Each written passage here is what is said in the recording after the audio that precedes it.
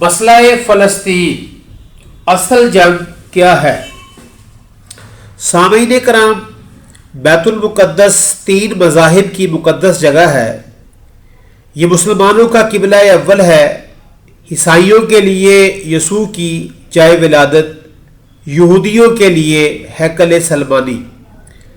شروع کرتے ہیں حضرت ابراہیم علیہ السلام سے، جن کے 2 بیٹے تھے، اسماعیل اور اسحاق علیہ السلام۔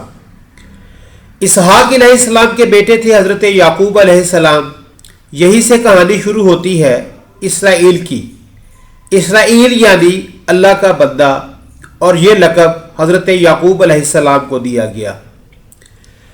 حضرت یوسف علیہ السلام نے جب کفیل مصر بنے تو آپ کو حکم ہوا کہ اپنے تمام خاندان یعنی آل یعقوب کو مصر بلایا جائے، اور مصر کی سرزمین کا ایک مخصوص حصہ ان کے لیے مختص کیا گیا، اور اللہ کی طرف سے کہا گیا، اے آل یعقوب، اس سرزمین میں تمہارے لیے برکتیں ہیں۔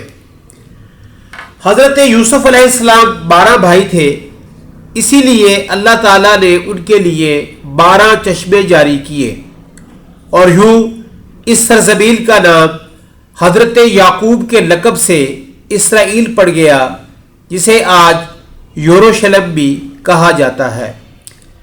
آپ کی نسل سے کم و بیش 70,000 انبیاء کرام آئے۔ حضرت یوسف علیہ السلام کے بھائی یہودا کی نسل آگے بڑھی تو اس میں سے آنے والے تمام نبی اسرائیلی یہودی کہلائے۔ سامعین کرام، وقت گزرتا گیا اور حضرت موسیٰ علیہ السلام کا دور آیا، جب فرعون نے مصر کی زمین آپ پر تنگ کی تو بنو اسرائیل کے ساتھ آپ کو مصر سے نکلنا پڑا۔ اس دوران بنی اسرائیل پر اللہ تعالیٰ کی بہت سی کرم نوازیاں بھی ہوئی، جس میں من و سلوہ، چشموں کی بہتات، مچھلیوں کے شکار کا ذکر قرآن پاک سے بھی ملتا ہے۔ اور محترم سامعین، جہاں پر دیگر ذکر ملتا ہے وہیں پر ہمیں ایک گائے کا ذکر بھی ملتا ہے، جس کے لوتھڑے سے مردے نے اللہ کے حکم سے زندہ ہو کر اپنے قاتل کا بتایا۔ اس گائے کی نشانیاں اللہ تعالیٰ نے قرآن پاک میں بیان فرمائی، جو کہ ایک سرخ مائل رنگت کی گائے تھی، اور ایسی گائے آج بھی یہودیوں کے نزدیک مقدس مانی جاتی ہے۔ معزز سامعین کرام، حضرت موسیٰ علیہ السلام کے بعد دیگر نبی آئے۔ اس دوران میں حضرت موسیٰ علیہ السلام اور ان کے دور کی کچھ باقیات، توریت، من و سلوہ کا کچھ حصہ بنی اسرائیل نے ایک صندوق میں محفوظ کر لیا۔ یہ اللہ کی طرف سے حضرت آدم علیہ السلام کو دیا گیا ایک خاص صندوق تھا، جو نسل در نسل نبیوں کے پاس رہا، جسے قرآن میں تابوت سکینہ کے نام سے پکارا گیا ہے، اور یہ یہودیوں کو اپنی جان سے زیادہ عزیز ہے۔ حضرت داؤد نے جب جالوت کو ہرا کر اس سے تابوت سکینہ حاصل کیا تو یوں بنی اسرائیل نے انہیں نبی تسلیم کر لیا، اور حضرت داؤد علیہ السلام اس صندوق کی حفاظت کے لیے ایک ہیکل تعمیر کروانا شروع کیا، جو کہ ان کی زندگی میں مکمل نہ ہو سکا۔ ان کے بیٹے حضرت سلمان علیہ السلام نے جنوں کی مدد سے اس کو مکمل کروایا، اور اسی دوران میں آپ کی بھی وفات ہو گئی۔ سامعین محترم، اسی وجہ سے اسے ہیکل سلیمانی کا نام دیا جاتا ہے۔ بعد ازاں بابل کے بادشاہ بخت نصر نے اسرائیل پر حملہ کیا اور ہیکل سلیمانی کو بھی گرا دیا، اور تابوت سکینہ بھی اپنے ساتھ لے گیا۔ سیپرس دا گریٹ نے دوبارہ یہ شہر حاصل کیا، یہودیوں کو دوبارہ یہاں آباد کیا، اور تابوت سکینہ کو بھی واپس لایا گیا۔ ہیکل سلیمانی ایک دفعہ پھر تعمیر کیا گیا۔ میرے معزز و محترم سامعین کرام، پھر وقت گزرا اور حضرت عیسیٰ علیہ السلام کی آمد ہوئی، جنہیں نعوذ باللہ یہودیوں نے دجال، ناجائز اور کیا کیا لقب دیے۔ یہاں سے یہودیوں میں سے دو الگ قومیں ہو گئی، ایک یہودی اور دوسرے عیسائی۔ جی ہاں میرے محترم سامعین کرام، یہودیوں نے سازش کر کے حضرت عیسیٰ علیہ السلام کو صلیب پر چڑھانا چاہا اور اللہ تعالیٰ نے انہیں اپنے پاس اٹھا لیا۔ اس کے بعد یہودیوں اور عیسائیوں میں کئی چھوٹی موٹی جنگیں ہوئی۔ پھر عیسائی رومی بادشاہ ٹائٹس نے اس شدت سے یروشلم پر حملہ کیا کہ اس پورے علاقے کی اینٹ سے اینٹ بجا دی اور ہیکل سلیمانی کو بھی گرا دیا، جس کی صرف ایک دیوار اس وقت اپنی اصل حالت میں موجود ہے، جسے دیوار گریا کہا جاتا ہے۔ یہاں یہودی جا کر توریت کی تلاوت کرتے ہیں اور گریہ زاری کرتے ہیں۔ تابوت سکینہ بھی نہ جانے کہاں غائب ہو گیا۔ مورل ٹی وی اردو کے معزز و محترم سامعین کرام، ٹائٹس کے حملے کے بعد یہودی آخری نبی کے انتظار میں تھے، کیونکہ اللہ پاک کا ان سے وعدہ تھا کہ انہیں پھر عروج بخشا جائے گا۔ اس وعدہ کا ذکر سورۃ البقرہ میں بھی موجود ہے۔ سورۃ البقرہ میں اس وعدے کا ذکر موجود ہے کہ اے بنی اسرائیل، ان نعمتوں کو یاد کرو جو تم پر کی گئی اور اپنا وعدہ پورا کرو، یعنی کہ ایمان لاؤ تاکہ ہم بھی اپنا وعدہ پورا کریں۔ اے بنی اسرائیل، ان نعمتوں کو یاد کرو جو تم پر کی گئی اور اپنا وعدہ پورا کرو، ایمان لاؤ تاکہ ہم بھی اپنا وعدہ پورا کریں۔ سامعین کرام، قیامت کی نشانیوں میں سے ایک نشانی یہ بھی ہے کہ ہیکل سلیمانی کی 3 دفعہ تعمیر ہوگی، جو کہ 2 دفعہ ہو چکی ہے۔ یہودی اپنے مسیحا اور آخری نبی کے انتظار میں تھے کہ ٹائٹس کے حملے کے 500 سال بعد نبی آخر الزماں حضرت محمد مصطفیٰ کی ولادت ہوئی۔ یہاں یہودیوں کو یہ جھٹکا لگا کہ ساری نبی حضرت اسحاق علیہ السلام کی نسل سے ہیں، تو آخری نبی حضرت اسماعیل کی نسل سے کیوں کر آ گئے، اور انہوں نے ایمان لانے سے انکار کر دیا۔ مسلمانوں کے لیے بھی وہ انبیاء کی ہی نشانی تھی، اور اسی لیے ہیکل سلیمانی کو بیت المقدس کا نام دیا گیا۔ اسلام کے آغاز میں یہودیوں کو قائل کروانے کی خاطر ہی بیت المقدس کی جانب منہ کر کے نماز ادا ہوئی، کیونکہ یہودی اسی طرف منہ کر کے عبادت کیا کرتے تھے۔ 17 ماہ بعد ہماری عبادت کا رخ بیت المقدس سے بیت اللہ کی جانب موڑ دیا گیا، کیونکہ مسلمانوں کا شروع سے قبلہ اول وہی رہا، جسے پہلے حضرت آدم علیہ السلام اور پھر حضرت ابراہیم علیہ السلام نے تعمیر کیا۔ حضرت عمر رضی اللہ تعالیٰ عنہ کے دور حکومت میں اسرائیل یعنی یروشلم پر عیسائیوں کا قبضہ تھا۔ بیت المقدس کے ہی احاطے میں انہوں نے گرجا گھر تعمیر کیا ہوا تھا اور عین تابوت سکینہ والی جگہ کو گند پھینکا کرتے تھے، یہودیوں کی نفرت میں۔ یروشلم کی فتح کے وقت جب حضرت عمر وہاں گئے تو عیسائیوں پر برہم ہوئے، وہاں صفائی کروا کر مسجد تعمیر کروائی، اور قرآن میں موجود معراج والے واقعے کی نسبت سے اس مسجد کو اقصی کا نام دیا۔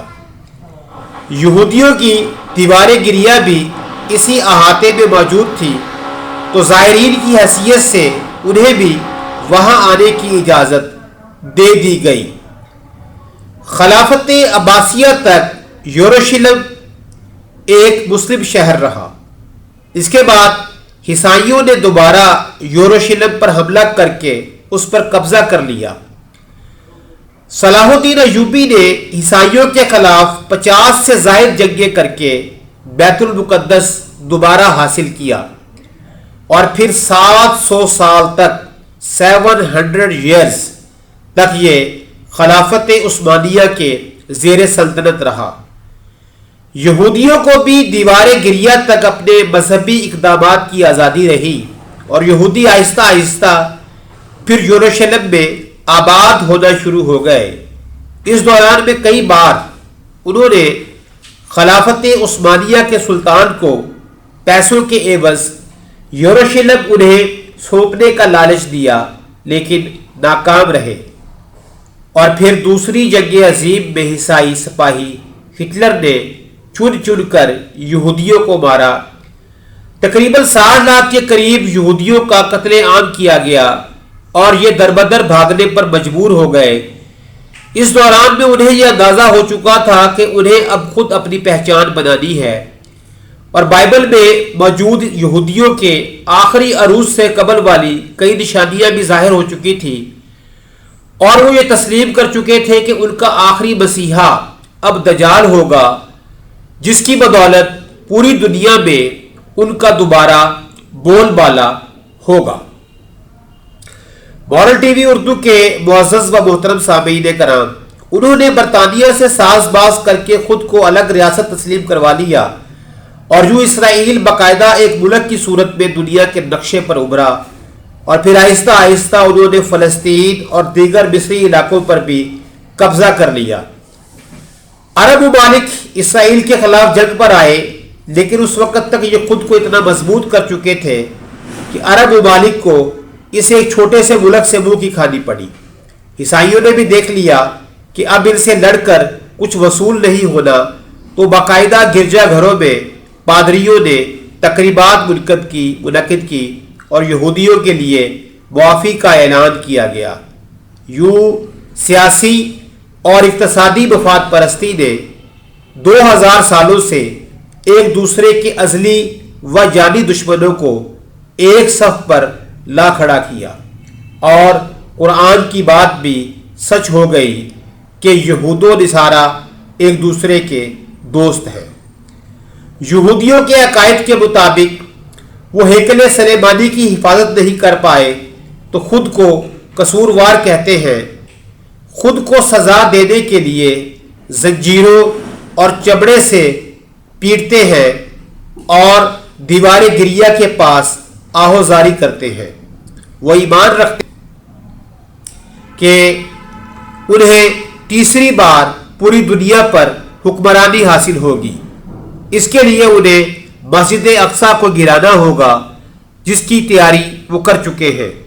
کب سے مسجد اقصی کے نیچے بارودی سرنگیں بچھا دی گئی ہیں۔ اس کے بعد ہیکل سلیمانی تعمیر کر کے تابوت سکینہ وہاں رکھنا ہے۔ تابوت سکینہ بھی وہ دوبارہ حاصل کر چکے ہیں، لیکن ایک مسئلہ ہے۔ مسئلہ تھا سرخ گائے، کیونکہ ان کے عقیدے کے مطابق وہ ناپاک ہے، اور جب تک پاک نہیں ہو جاتے ہیکل سلیمانی تعمیر نہیں کر سکتے، اور پاک ہونے کے لیے سرخ گائے کی قربانی دینا ہوگی۔ وہ گائے جس کی نشانیاں قرآن پاک میں بیان کی گئی، جو اس وقت بھی انہیں ڈھونڈنے میں مشکل ہوئی تھی۔ اب بھی 100 سال تک وہ ویسی گائے کی تلاش کرتے رہے۔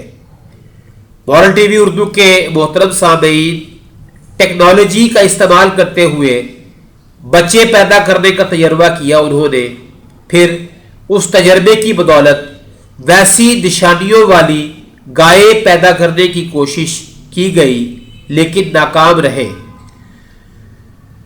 2019 میں ایک امریکی ریاست سے 5 عدد ویسی گائیں انہیں مل گئی۔ ان کے جسم پر سرخ رنگ کے علاوہ اور کوئی بال نہیں تھا۔ انہیں کبھی کام کے لیے استعمال نہیں کیا گیا تھا۔ اگلی نشانی کہ ان پر کسی بیماری کا اثر نہیں ہونا چاہیے۔ پوری دنیا میں کووڈ پھیلا کر مختلف جانوروں کے ساتھ انہیں بھی ٹیسٹ کیا گیا، اور ان پر اس بیماری کا کوئی اثر نہ ہوا۔ ریڈ ہیفر فاؤنڈ اور ماسٹری of red heifer. سامعین محترم، یہ تمام باتیں گوگل میں سرچ کر کے آپ اس سے متعلق تفصیل مکمل طور پر پڑھ سکتے ہیں۔ الغرض قرب قیامت اور دجال کے ظہور والی تمام تر تیاریاں وہ مکمل کر چکے ہیں۔ اپنی مرضی کے ڈاکٹر، انجینئر بچے پیدا کرنا، 9D ٹیکنالوجی کی مدد سے ایک جگہ ہوتے ہوئے کئی جگہ موجود رہنا، اپنی مرضی کے موسم بنانا، جب چاہو بارش برسا دینا، چند دنوں میں پوری دنیا گھوم لینا، یہ سب دجالی نشانیاں ہیں جو کہ آج کے دور میں کوئی مشکل کام نہیں ہے۔ ہمارے اسلام میں بتائی گئی قیامت کی نشانیوں کی انہوں نے اتنے اچھے سے تیاری کر لی ہے کہ گرگد کے درخت لگا دیے جو انہیں پناہ دیں گے۔ باب لد، جس جگہ احادیث کے مطابق دجال کا حضرت عیسیٰ علیہ السلام کے ہاتھوں قتل ہونے کا ذکر موجود ہے، اس جگہ وہ دجال کے فرار کے لیے ایئرپورٹ بنا چکے ہیں۔ یہ سب تو قرب قیامت کی نشانیاں ہیں، اور ہیکل سلیمانی بھی بن کے رہنا ہے۔ پھر اصل جنگ کیا ہے؟ سامعین کرام، اصل جنگ عقائد کی ہے۔ ہم اپنے عقائد میں اس قدر کمزور ہو چکے ہیں کہ نماز پڑھے یا نہ پڑھے ہمیں فرق نہیں پڑتا، اپنے بہن بھائیوں کا حق کھا کر خوشی محسوس کرتے ہیں اور فرقوں کے خرافات میں الجھے ہوئے ہیں۔ فلسطینیوں کے لیے سوائے دعا اور احتجاج کے ہم کیا کر سکتے ہیں؟ کیا ہم اپنے عقائد کے اتنے مضبوط ہیں کہ ڈالر کے بہکاوے میں نہ آئیں؟ کیا ہم یہودیوں کے مقابلے میں نکلنے والے خراسان مجاہدین کی لسٹ میں آتے ہیں، یا بس سوشل میڈیا کے تماشائی ہیں؟ اگر آج دجال ظاہر ہو جائے اور توبہ کا دروازہ بند ہو جائے تو ہماری آخرت کے لیے کیا تیاری ہے؟ وما علینا الا البلاغ المبین۔